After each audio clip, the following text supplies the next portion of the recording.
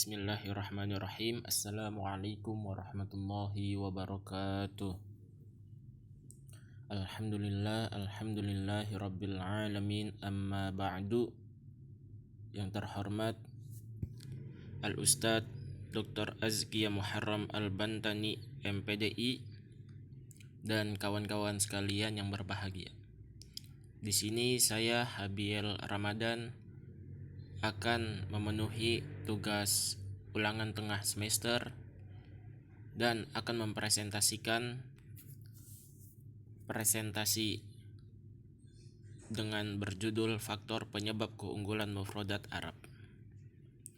Selanjutnya Bismillah, untuk materi pertama di sini ada pembahasan. Pembahasan di sini ada pengertian mufradat, terus ada hubungan mufradat dan maknanya. Selanjutnya ada karakteristik bahasa Arab dan keunggulan bahasa Arab dan kosakata bahasa Arab. Pengertian mufradat, apa sih mufradat itu? Nah, menurut Al-Kulli dan Mahmud Ali, kosakata adalah kumpulan kata-kata tertentu yang akan membentuk bahasa. Dan apabila kita mengutip dari buku Epistemologi dan Metodologi Pembelajaran Bahasa Arab karya Dr. Muhbib Abdul Wahab, yaitu bentuk jamak dari kata mufradah yang diartikan sebagai satuan atau unit bahasa yang tersusun secara horizontal sesuai dengan sistem gramatikal tertentu yang berfungsi sebagai pembentuk kalimat. Contohnya kata, kalimah, istilah term, dan yang terakhir ibarah istilahiyah atau idiom. Nah, selanjutnya ada kutipan dari buku kajian fikih lughah karya Al-Ustadz Dr. Azkia Muharram Al-Bantani MPDI. Nah, lanjut, kata di dalam bahasa Indonesia diartikan sebagai sebuah unsur bahasa yang susunannya terdiri dari kumpulan huruf atau unit yang memiliki sebuah arti sehingga dapat berfungsi untuk membentuk kalimat, frasa, dan klausa. Dan ilmu yang mempelajari kosakata itu bisa kita sebut dengan ilmu leksikologi. Nah, kata hanya merupakan lambang atau simbol yang berfungsi menghubungkan konsep, pikiran, dan acuan benda. Jadi kata itu merupakan lambang atau simbol gitu untuk menghubungkan pikiran ke benda lain. Nah, dalam leksikologi, keberadaan simbol merupakan objek penting yang harus dianalisis dalam mengungkapkan makna. Dan ini ada kalau Arab itu ada 12.302.912 kosakata, dan Inggris ada 600.000, Perancis ada 500.000 kosakata, dan Indonesia ada 127.000 kosakata. Selanjutnya ada keunggulan mufradat bahasa Arab. Lamanya pencampuran bahasa Arab Quraisy dengan dialek-dialek Arab lainnya.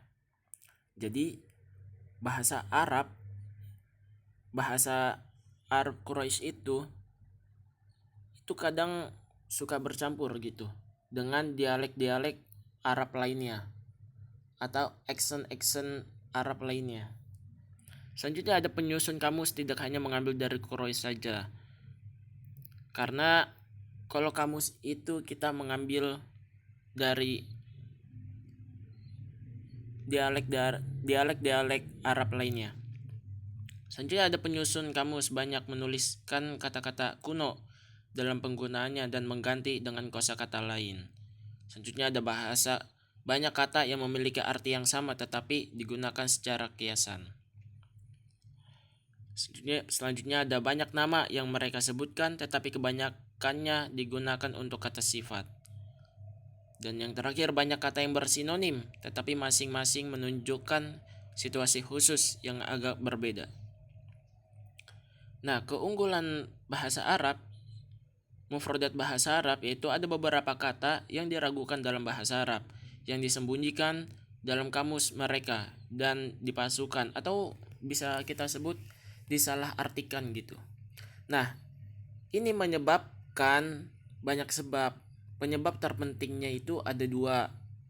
Yang pertama itu ada beberapa syair yang mereka ambil dari para penyusun kamus ya, terbukti dibuat-buat dan tidak jauh dari itu beberapa kosakata mereka ditemukan oleh penyusun. Selanjutnya penyebab yang kedua, biasanya mereka mengambil dari buku dan koran. Akibatnya banyak kata yang mereka kutip disalahartikan karena gambar pada zaman mereka abstrak bentuknya, sehingga terkadang satu kata dapat dibaca dalam beberapa sisi. Sini terus selanjutnya ada hubungan mufradat dan maknanya. Alamiahnya itu simulasi suara seperti kata-kata yang menunjukkan suara manusia, hewan, ataupun suatu yang membentuk suara. Nah, yang buatan itu ada diumpamakan banyaknya fenomena dan terpenting al-ishtiqaq. Contohnya bunyi manusia itu tertawa, bernafas, mendengkur, merintih. Bunyi hewan, ringkikan kuda, keledai, kicauan burung. Kalau bunyi benda itu ada ketukan gembok, gesekan sendal, dan ketukan meja. Dan kalau bunyi pekerjaan itu adalah memotong, memasak, dan membakar.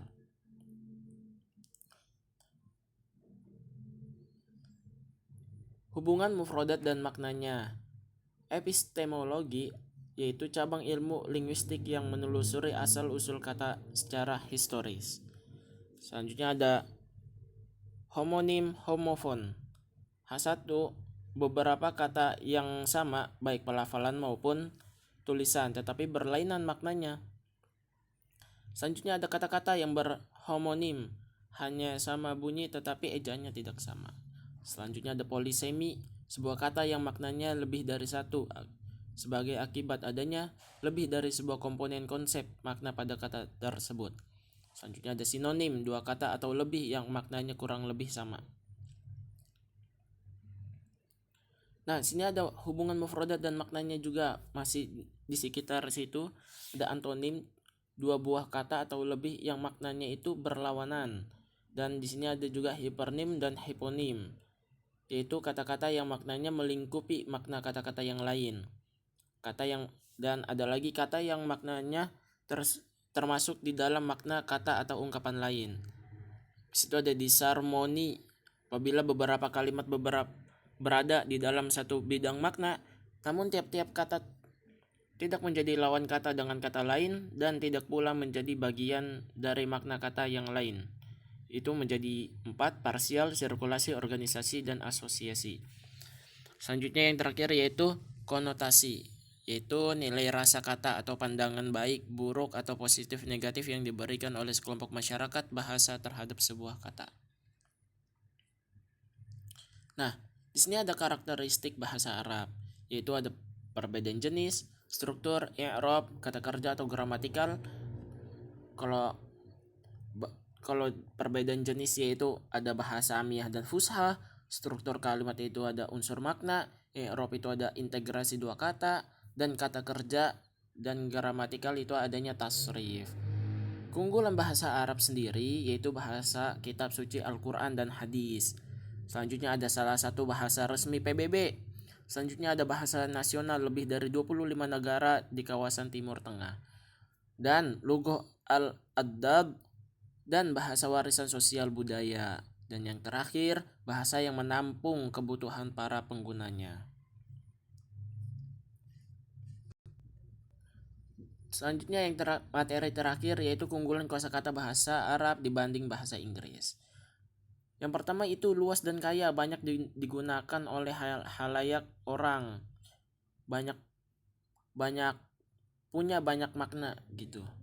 Selanjutnya ada kata kerja, asal kata dan susunan kalimatnya, bahasa peradaban dan bahasa ilmu pengetahuan, punya harokat gitu. Terus ada huruf punya simbol, tenda, dan arti tersendiri. Bahasa Arab diucapkan oleh seluruh organ verbal. Bahasanya ringkas tapi sudah bermakna gitu contohnya. Selanjutnya terakhir, kata punya pembahasan atau ilmu baru, punya huruf yang bermakhraj asli. Baik, sekian dari saya. Kurang lebihnya mohon maaf. Assalamualaikum warahmatullahi wabarakatuh.